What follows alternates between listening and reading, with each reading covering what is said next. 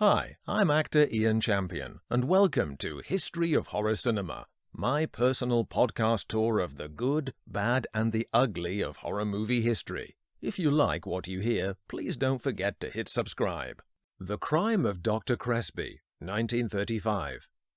In 1935, Republic Pictures, home of those beloved movie serials, released the horror film The Crime of Dr. Crespi, a lackluster, plodding, mad scientist revenge piece principally of interest only because it features the former bad boy director Erich Von Stroheim as its lead, and a rare non-demented turn from Dwight Fry.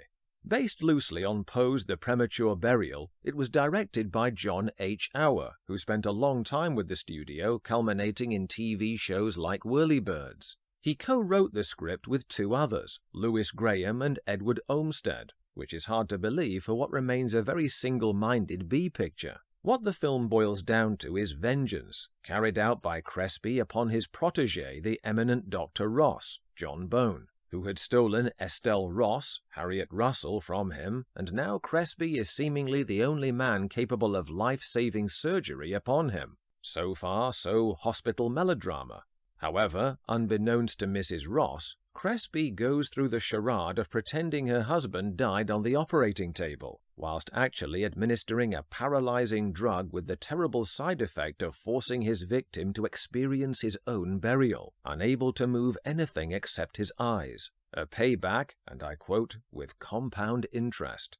The sequence of Crespi savoring his grisly revenge, "My friend, my very dear friend," he coos with velvety evil, is one of the few sparks of life in the tired unfurling of the plot, the blame for which rests largely on Stroheim. He spends most of the film reciting his lines in such an underpowered conversational manner that it comes across as an actor's boredom with the material. The poster depiction of him smoking in a resigned posture is a very fair summation of his distracted performance. This may be due to the fall from grace he was recovering from, having previously been a prized and temperamental director of renown.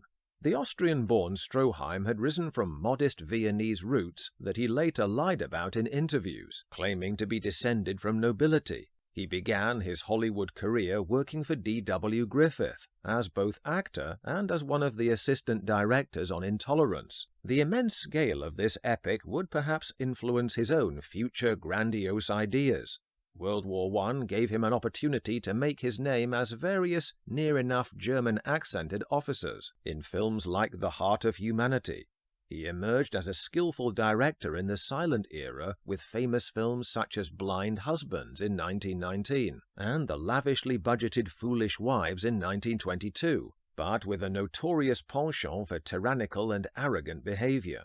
The Hollywood stereotype of the jodhpur-clad bully barking orders through a megaphone is based on both he and Cecil B. DeMille. This, coupled with his exorbitant demands, would be his downfall, as no cost-effective studio will endlessly bankroll an unreasonable director's vision. The crunch came with 1923's Merry-Go-Round, from which Stroheim was fired. His replacement, Rupert Julian, would parlay this chance into going on to helm Chaney's Phantom of the Opera the following year, which I've also covered. Stroheim's most famous, indeed infamous work was Greed, based on Frank Norris's novel McTeague, which ballooned to an original cut of 10 hours.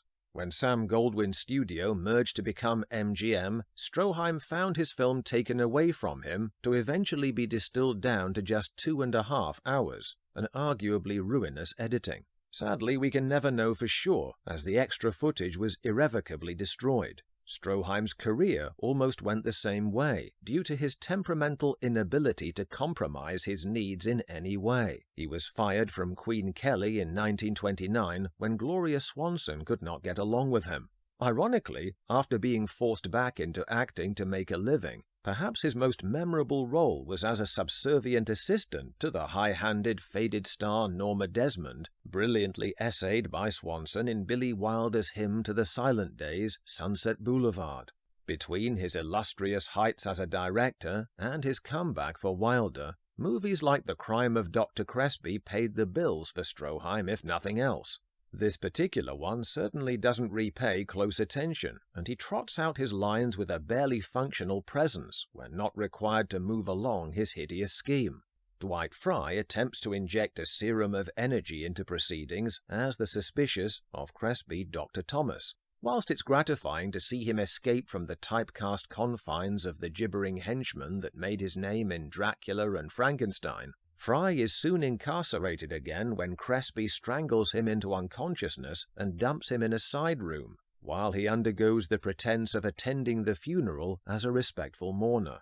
Thomas teams up with Dr. Arthur, Paul Guilfoyle, who went on to The Grapes of Wrath and White Heat among other classics in a long career, and together they revive Ross, who shambles down the hospital corridor, his zombified appearance shocking the duty nurse who was just moaning about the boring shifts she works there.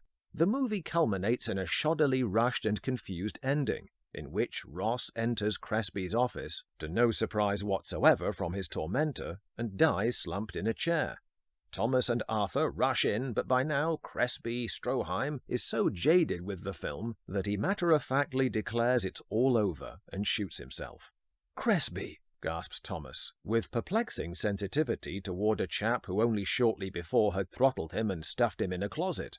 At least Fry gets a nice epilogue, flirting promisingly with the nurse, while the audience has the feeling of a very unsatisfying end to a date. The Crime of Dr. Crespi is ultimately not one of murder, but artistic negligence.